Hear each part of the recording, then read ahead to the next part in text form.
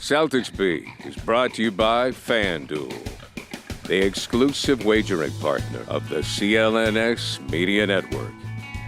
What's up, everybody? New Celtics Beat. Adam Kaufman, Sean Deveney's here. We don't have Evan Valenti, but I promise we will for the next one. This show now coming at you twice a week during the postseason, maybe even beyond, thanks to our great sponsors. But we are thrilled to have you here, especially because this could have been a very, very, very negative and depressing show if somehow, some way, the Celtics went down 0-2 to the Sixers in Joel Embiid's return at the Garden, having to go back to Philadelphia and all of that. But instead, just last night, depending on when you're listening to this, but in real time last night, the C's went out, blew doors. Think they beat Philadelphia. I'm not great at math, but it was like 75-point win, roughly. They absolutely clobbered them, especially in the second half. And so we get to focus on that and what happens moving forward as this now becomes a best-of-5 second-round set. Maybe we'll even bounce around the rest of the league, see what's going on. So thank you, the listener, the viewer, to being with us. And thank you, Sean, for being here as well. You know, in our intro to the show, I slid in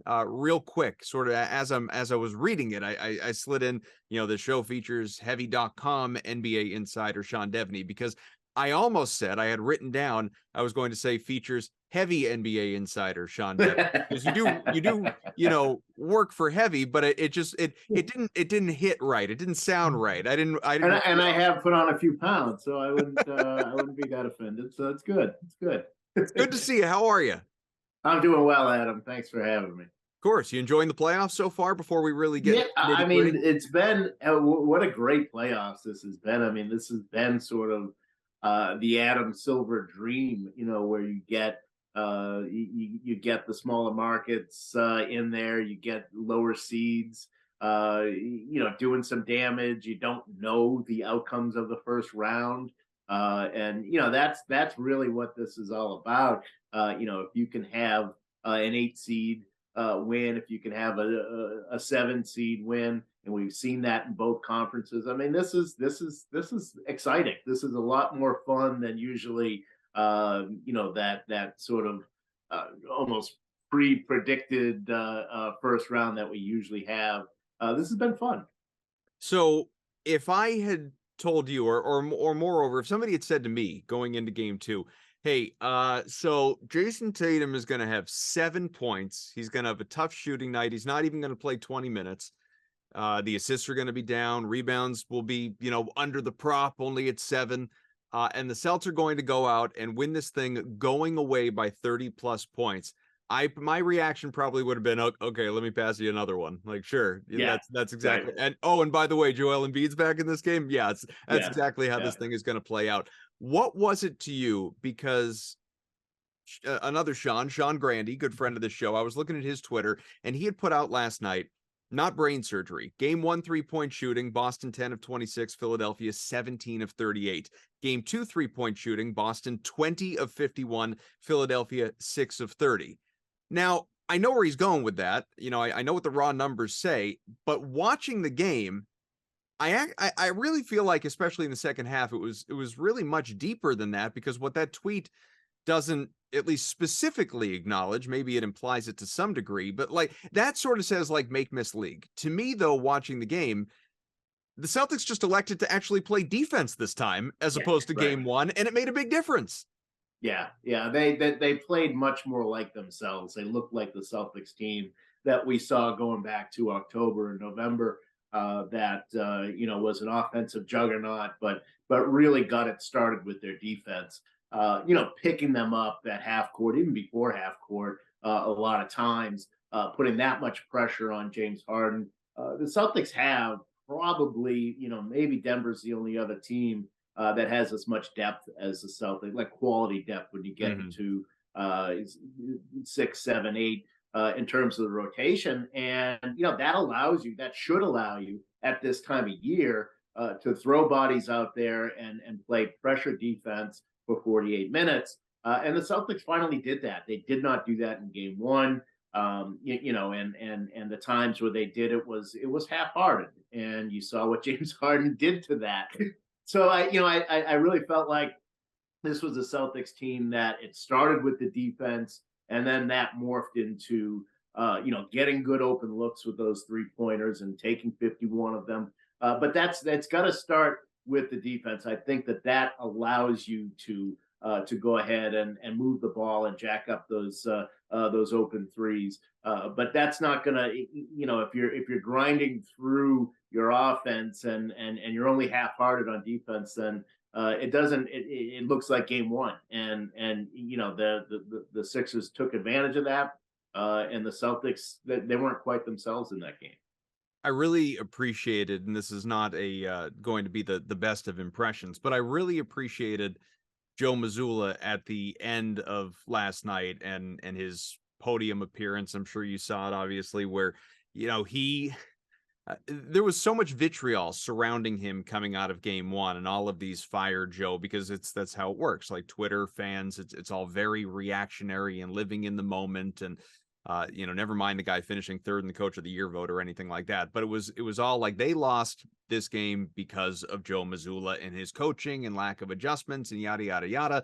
And then, well, obviously we see what unfolded in game two, and Mazzulla answers all of his questions and he's done. And you get the PR, anything else. And Joe just deadpan, as he often is, looks out, and so that's it. Nobody wants to ask about adjustments we made from game one to game two, and then just up and leaves. Just up. And so I appreciate the sort of Bill Belichick level snark that is there, and the like, you guys, what do you have for me now? Now I think there's a happy medium. I don't think Joe is to blame in game one. I don't think Joe gets all the credit in game two. I think it's a players' league. It's a players', but it comes down to the players, the performance, and sort of echoing all of what you were just talking about. I just don't think strategically there were a ton of differences from game one to game two, outside of, again, defense and effort and just being themselves, as opposed to, I think, much like we saw against Atlanta multiple times, especially that game when DeJounte Murray was out. I think the Celtics walked into that Philly series and kind of took it for granted without Embiid there and paid for it, versus last night they took things more seriously, realized they had to win before going back to Philly, and they cruised. Yeah, it's frustrating. The Celtics have been like this all year, right? That they're capable of beating anybody, they're capable of losing to anybody, because they sort of just show up and punch in and don't really put in the effort night after night. You don't want to have that in the playoffs, but I think that this is a team that knows how good it is, and sometimes does expect that showing up is going to be enough to win the game. You can't really do that in the playoffs, obviously. And for everything that went wrong on Monday night in game one, they still probably should have won the game. They were up 12 points. Mm-hmm. They completely blew it down the stretch. It was a clutch game that they lost. It wasn't something where they had their doors blown off. And I think that it's only natural, it's human, to kind of take the easy way. And they took the easy way in game one. They did not put out the great defensive effort. They did not do what they had to do against James Harden. And you saw the results, but they were still right there. And I think sometimes that this team knows that it can win that way. It can win the easy way. It was good to see in game two that they came out and they did not take the easy way, really start to finish. They really put the screws to Philadelphia in that game. I think this game in a lot of ways was, at least going in, very unpredictable. Definitely, for the bettors out there, and I was heavily involved in that space going into the game and aspects during the game in terms of the live betting. I just found that to be an impossibly difficult game to bet in terms of player props. How's this going to play out because of the Joel Embiid factor? Now, I was confident, not to the point of like betting the spread or something, but I was confident that the Celtics were going to win the game. I just couldn't envision a world in which they went down 0-2 to Philly. But sort of the real time of looking at Embiid, and I don't know about you, I was shocked that he played in that game. All the more so because of the fact that they were up 1-0. I just figured Doc would look at it and say, Embiid's not 100%, whatever percentage he is, I don't know, but he's not 100%. We already stole a game here. Worst case, we're going home tied. Let's just get him a couple more days rest. And I assumed that was going to be the approach. Instead, he winds up playing defensively, swallowed up the paint, ton of blocks. He was really sharp. Offensively, he wasn't himself. But I think I don't typically give Charles Barkley a lot of credit when it comes to his takes, but something he said after that game, I think there's a lot of validity in. I'm curious as to your thought, which is, you know, playing Embiid in this, hindsight's 2020, but playing Embiid may have been a mistake in that so many things for them that went right in game one, you just change. You change dramatically, and you completely took James Harden out of his game in game two. Yeah, and I think the Celtics were happy to see Joel Embiid, even if he had been 100%, because one thing that's happened over the last 7-8 years is the Celtics have seen an awful lot of Joel Embiid, and they know how to play against him. They know how to play against him when he's shooting well. They know how to play against him when he's dominating the paint, and they know how to win. I mean, they know how to beat the Sixers with Joel Embiid.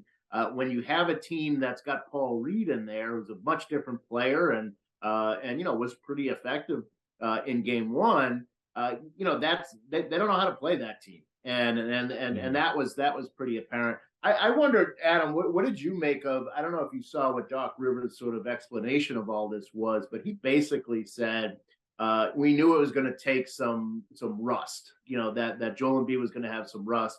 We already had game one. So game two, we put him out there. He didn't play well, but now game three, he'll have the rust off because he hasn't played since April 20th. I can understand that logic, and I think it's a smart thing to say after the game. Yeah. But I have a hard time going into any playoff game and saying it's okay if we lose this as long as our star player loses some of that rust. I didn't know if you saw that that Doc used that explanation.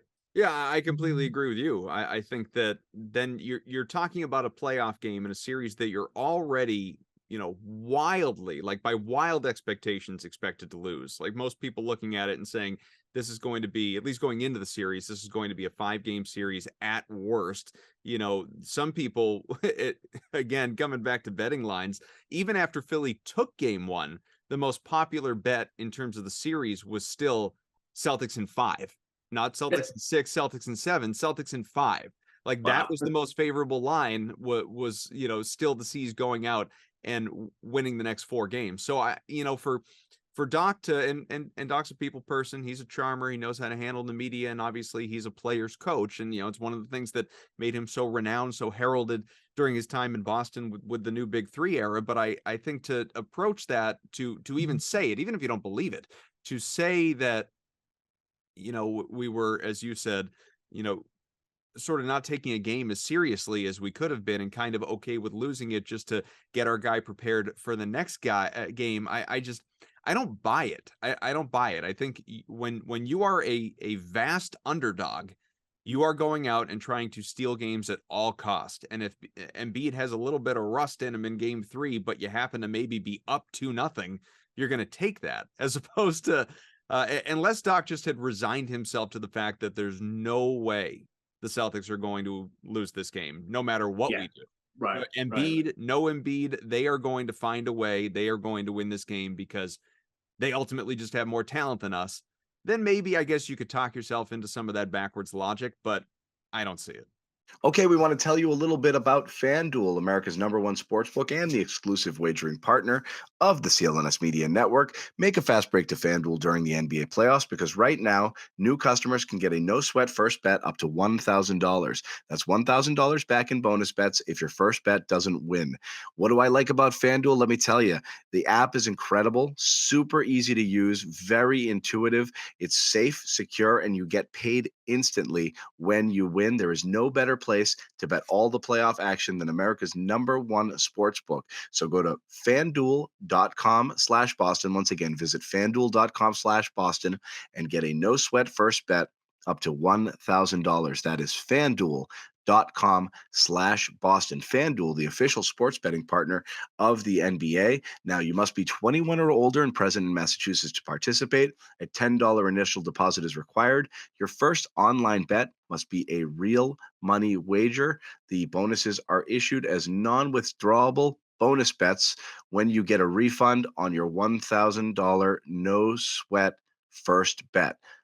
Restrictions apply. See terms at sportsbook.fanduel.com. Gambling problem? Hope is here. Go to gamblinghelplinema.org or call 800-327-5050 for 24/7 support. Play it smart from the start. Go to GameSenseMA.com or call 1-800-GAM-1234. Yeah, and I mean the for me, if I'm a coach, whatever worked so well in game one, I want to at least put that out there and Yeah. force the Celtics to make their adjustments to it. And if they do, and obviously they had some plans and they did some things different, then okay. But at least you got to force them to react to what worked so well for you. You had a guy score 45 points.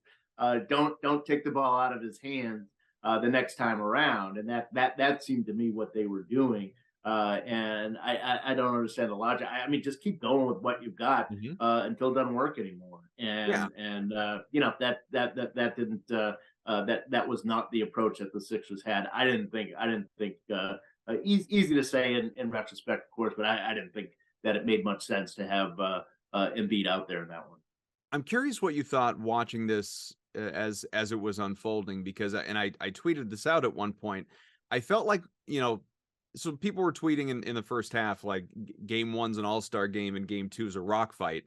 And I didn't feel like, at least the first, let's say, quarter of game one, or much of the first half of, or game two, pardon me, first quarter of game two, or much of the first half of game two, I didn't watch that and feel like this is just this defensive showdown. I thought there were a lot of open looks that players were just missing. It was rimming out, like the score could have been a lot higher. It's just, that's when you get back to that whole make-miss league thing. I thought there was just a lot of missed shots. You want to attribute some of that to defense, fine, but I thought the defense was a lot stronger in the second half. And as I'm watching that first half, what my comment and what my thought was, the Celtics just looked like they were trying too hard. There was no fluidity, no continuity. The C's were, it was a tight game at that point, more or less. The C's are looking so carefully for the perfect shot. Malcolm Brogdon, who obviously wound up going off in the second half and still I think had 10 or 12 in the first half, but really went off in the second half. He looked like he was running in mud at points. He's missing layups, but hitting his floaters as he tends to do. But even, he'd drive the paint and there were all these like hesitations. Do I pass? Do I shoot? It looked uncomfortable. Like it didn't look like the C's had any comfort whatsoever offensively. And again, polar opposite in the second half, but in the first half, they just looked on edge is how I felt. Yeah, and I think the foul trouble for Tatum was part of that. And this is something that we see from the Celtics a lot. Is when they get in those kinds of situations, they tend to press. I think Jalen does it a lot. He kept them afloat, but at the same time, there's a lot of forcing of the action. Trying to get into the paint against two guys when maybe moving the ball and getting it back is the way to go. I agree. I think there was a lot of that in that first half. But the thing that, if the Celtics win this series and win a championship, I think it's going to be the quality of their depth that is going to be at least, if not the major factor, it's going to be one of the top two or three major factors. And I think you saw that. I think that really showed up last night. Is just how deep this team is. That you can pull, dust off Grant Williams and have him go 4 for 8 from the 3-point line. You mentioned Brogdon and certainly what he did third quarter, fourth quarter, especially third quarter. What he did. I mean, this is going to be a difference for them that they didn't really have last year. They did not have a guy like Brogdon last year, and it cost them. But they've got probably the best top 7, top 8. Certainly in the East, if not, you could maybe say Denver, but they're right there, and that's gonna, and I think you really saw that last night. That was a huge difference for them. Well, to your point, a really pleasant surprise for me, because I just, Generally, we don't see it. I haven't gone through like the game log of the whole season, so I can't tell you how many times it's happened, but I know that it's rare just in watching this team, and much of it is attributed to the fact that Tatum only played the 19 minutes in the foul trouble and had the off night in just about every way he could have. But the thing that I just really appreciated, speaking to that depth, is it's so rare that Smart, Brogdon, and White all have a good game offensively in the same game. Usually, there's always one. Typically, there's two.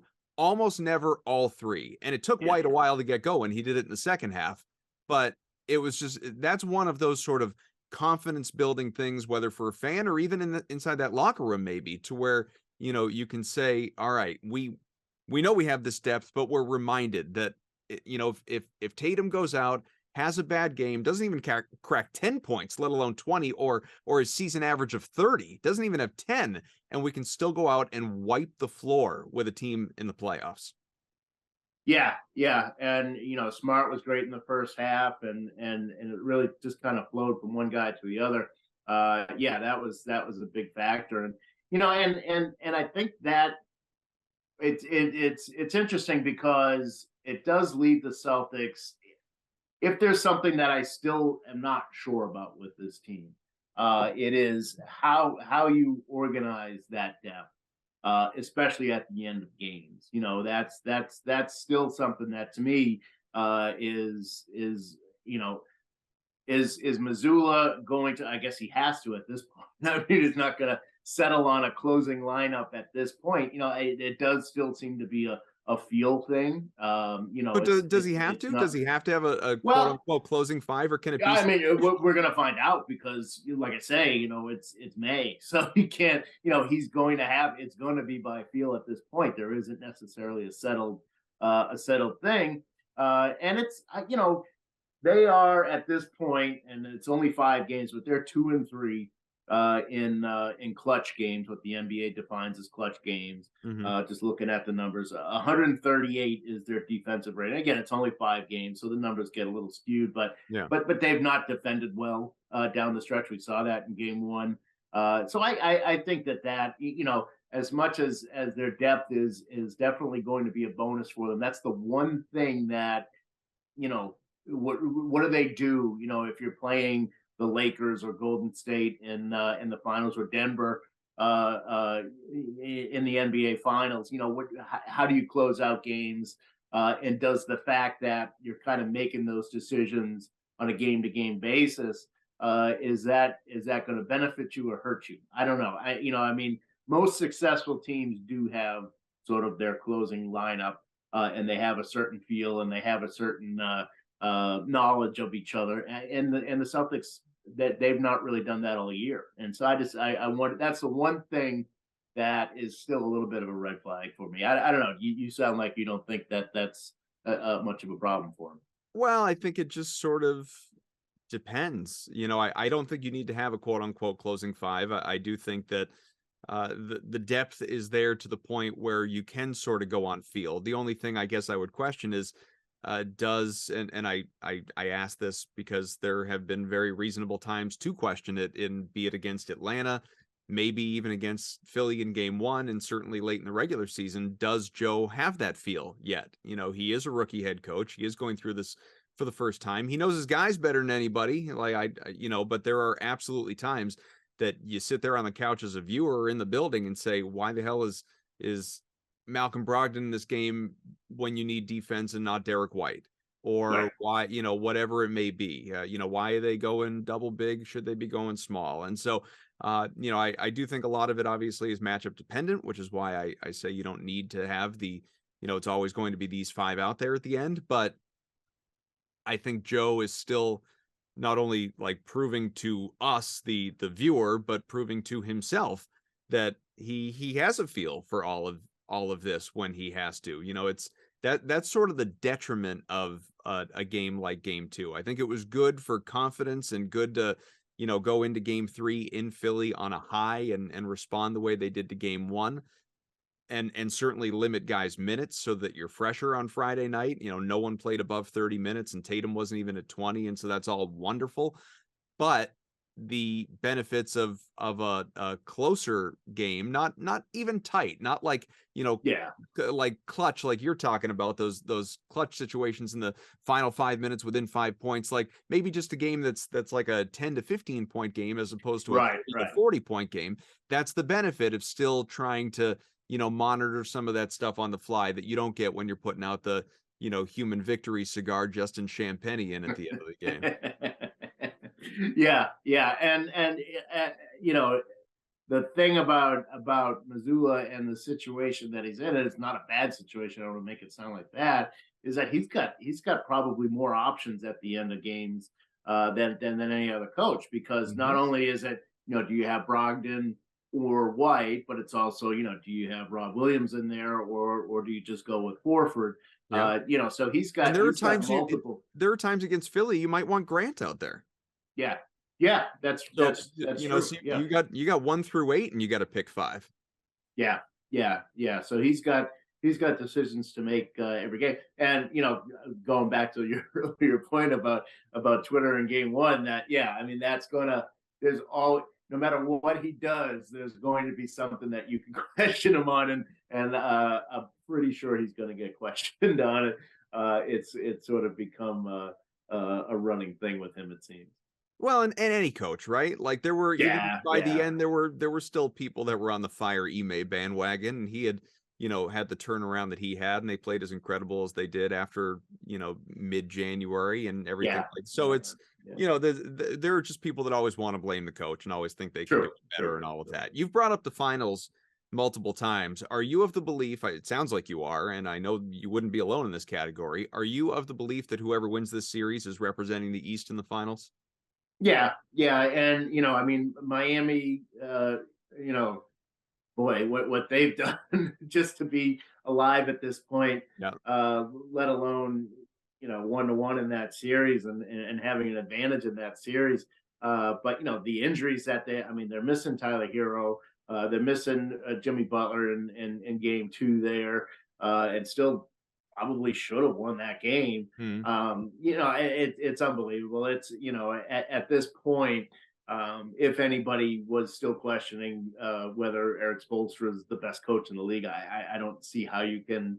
I don't see how you could possibly still question that. I mean, what he gets out of those guys, it's just unbelievable.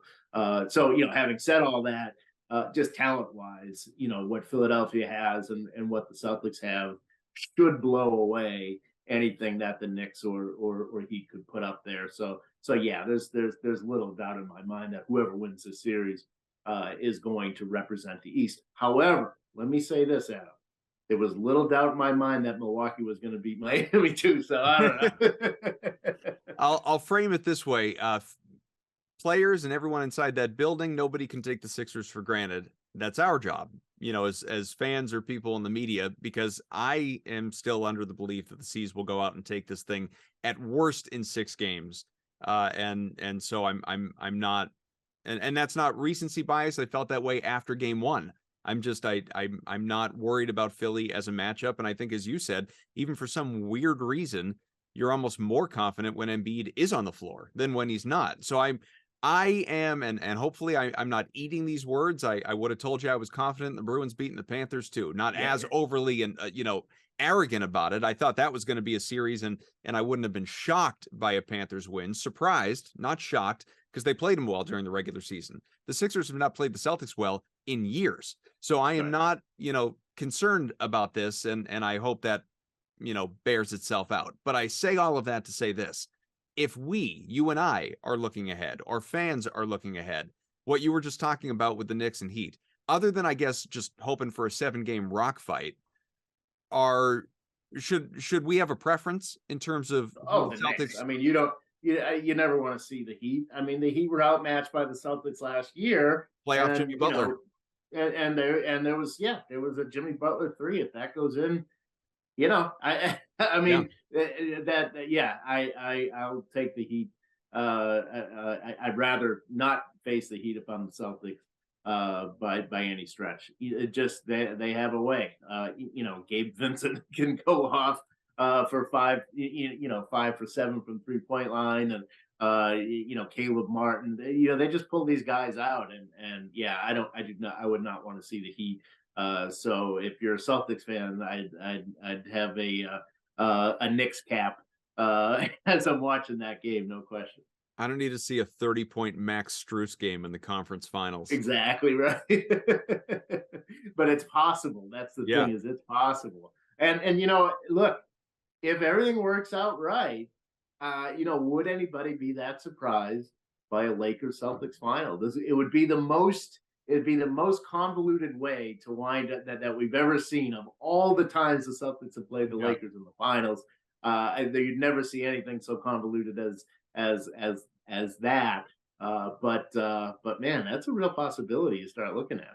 And I tweeted this out the other day, and maybe it was even yesterday, and the immediate responses were like, "Hey, can we beat Philly first?" But my tweet was, because I think Mannix is, there's, especially for a Boston guy, there's no bigger Lakers fan right now than Chris Mannix, because Mannix has been saying for months, like, watch out for the Lakers, and a lot of people didn't take him seriously, and so they go out and they do what they do in Game 1 against the Warriors, and it's I told you, watch out for the Lakers. And I quote tweeted that. And I said, I can't think of anything better than the Celtics going out and beating the Lakers for banner 18 to snap their, 17 championship tie that Lakers fans exist. And for those not watching, just listening, quote fingers on the tie, because the Lakers as an organization have been having trouble for years trying to decide whether or not Minneapolis counts in their history, and until it lifted them to 17 titles to tie them with the Celtics, that's when it finally mattered.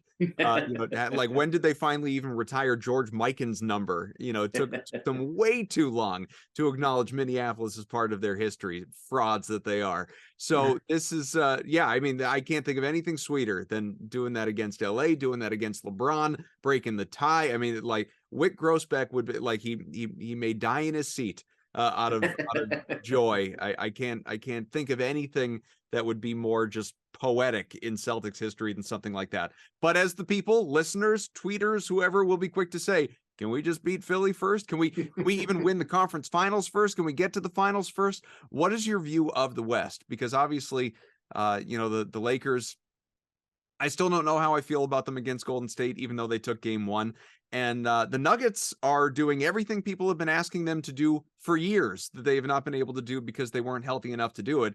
And there were a lot of people that were putting the Suns as, like, the Suns are going to be the team that's in the NBA Finals in the West, and they are down 0-2 to Denver and getting handled. So what do you think of what's going on in that conference right now? Yeah, and Denver, I've mentioned them a couple of times because you watch them, and what Phoenix has tried to do again is obviously you try to deal with Jokic first, and then you got to deal with Jamal Murray, and Phoenix has been trying to do that and has put a lot of attention on those two guys. And then you've got Aaron Gordon, and people forget, look, Aaron Gordon was a 20-point per game scorer in Orlando. He's gone to Denver. He's become, sort of like this defensive guy, a glue guy, very good passer, does a lot of things, but he can still score. And Phoenix has left him wide open. He can knock down 16-footers. He can knock down threes. He can get to the rim. Very athletic guy. And he's been such a huge key for them. And Michael Porter hasn't played that well. If he starts hitting threes, which he will do, you're talking about four guys who are capable of putting, 25 points on any given night. And that quality of depth is going to be tough for anybody to match. Denver, the second half of the season, they were a bit like the Celtics in that they were just sort of waiting for the playoffs to start. And so they didn't look impressive in the second half of the season.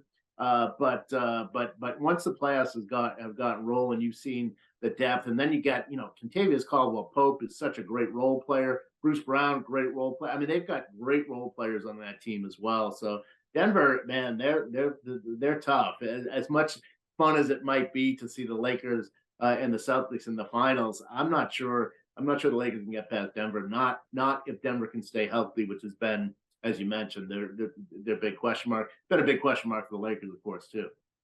Would the Nuggets be a scarier matchup given that depth that you outlined, and obviously, Jokic is Jokic, and as good as Davis is, as great as, LeBron just can always turn it up and all of that. There's just Jokic is such a unicorn, obviously, in what he brings to the floor and what he's capable of doing, and also just one of my favorite players in the league and one of the best players to watch and all of that. Like I love the guy. I'd have trouble rooting against him. Wouldn't have trouble, when it's the Celtics going against him, but he's a hard guy to root against because he is just so much fun to watch. Is Denver the scariest possible matchup if we were to get really greedy and project ahead? Yeah, I think so. The way the Lakers can win is through defense. They've been the best defensive team in the league since they made those trades in February. They have a certain toughness about them, no question. They have the offensive weapons with LeBron and Anthony Davis and now D'Angelo Russell as well. But the Celtics can handle that. You look at those matchups, and the Celtics can handle tough defense. They can play better defense than the Lakers if need be. And obviously, how to handle LeBron, to an extent, obviously, as much as you can. And Anthony Davis, same way. You kind of know what you're dealing with. The Nuggets are just they're different because they can come at you in so many different ways, like I mentioned. And it's holding the water balloon, right? You squeeze one end, and the other end's gonna inflate, and that's the problem with them. And I think that's a much tougher matchup for Boston. I think that the Celtics could match up pretty well with the Lakers team in the finals. I don't think they can match up with Denver. So as we look ahead to Game 3 Friday night between the Celtics and Sixers, because again, as much fun as the future conversation is, Boston does need to win this series, and it is best of 5 right now. It's we can get ourselves carried away a little bit, and it's probably aggravating the listener at the moment. That's okay. Some of you guys are doing it too. I promise. I know you are. You're letting your mind wander to the future because you think Philly is what Philly has been for years in matchups with the Celtics as well. It's not just us, but the Celtics in Game 1, I want to say, were 8, 9, 10-point favorites going in. Of course, they lost. Game 2 bounced all around because of the Embiid news, but it was always between 7.5 and 10. Game 3, at least, I haven't looked at today, but what it opened at last night was the Celtics only 1.5-point favorites in Philly. Now, there's respect there to it being on the road. There's respect to Doc, shaking off the rust for Embiid, but what is your view of Game 3? Like, are the Celtics going to go out and not dominate probably the way they did in Game 2, but go out and win this thing rather convincingly, or do you expect a tough game? Yeah, I expect them to go out and look much more like they did in Game 1.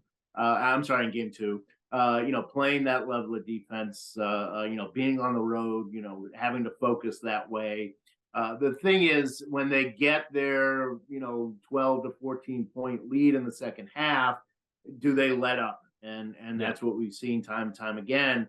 Do they let up, and can they bounce back and hold a lead on the road? Or when the lead gets down to 6 and gets in that danger zone, can they push it back? Which is what they did a lot last year. If you think back, they blew a lot of leads. They got down a lot last year. They haven't done that as much this year. But they also when they lose leads, they tend to that's it. They tend to lose the game. So I think that responding to that's going to be the big question mark for me. I think I think they'll have a pretty good sized lead in the second half. It's just a matter of what are they going to do to protect that lead? Can they put some of the problems that they've had really in the second half of the year and certainly in the playoffs? Finishing out games, can they put that aside and really close out a team under the pressure of being on the road and really needing to win there? That leads me to this. We've asked this question, Sean, so many times with this team.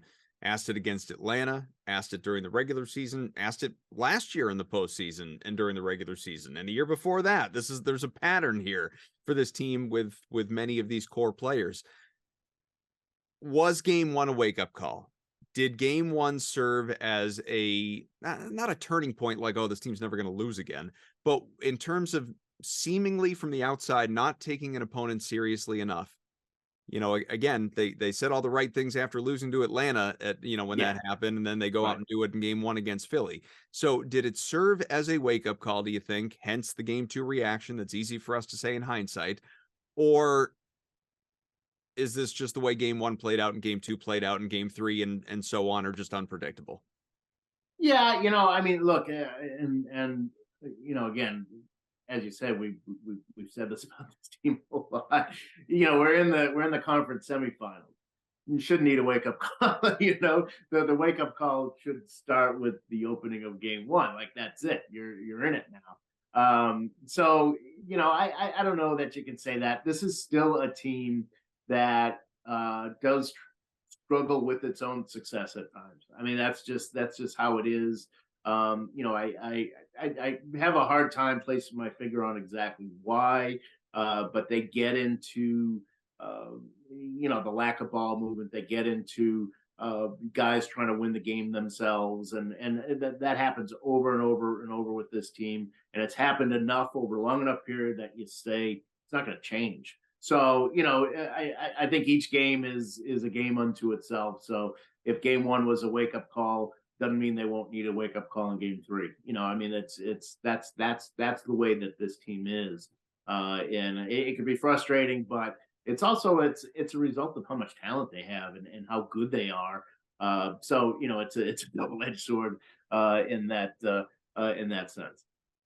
All right. Well, he is not heavy, but he is from heavy. Sean Deveney does great work over there. Make sure you check it out, obviously. And, he continues to dominate and terrific coverage across the NBA, not just the Celtics. He will be on this program again with us in due time, certainly during this playoff run, assuming that, it extends beyond this round. But it had better. Otherwise, I might quit the show. I want to thank Evan Valenti, who is not here today, but he is producing the show still. And we will have another show for you this weekend as the series moves along. And hopefully, we're talking about a C's advantage in this series and even a comfortable one, because this is someone right here who bet the C's rather heavily to win -1.5 games in the series. So need this thing at worst to end season 6. Thank you all for being out here. Rate, review, subscribe. Find us wherever you get your podcasts, and of course on YouTube on the CLNS media page. Sean, thank you very much. Thank you. All right, for Sean, for Evan, I'm Adam Kaufman. This is Celtics Beat, Game 3, Friday night in Philadelphia. CLNS Media's Celtics coverage is brought to you by FanDuel. New customers get a no-sweat first bet up to $1,000. That's bonus bets back if your first bet doesn't win.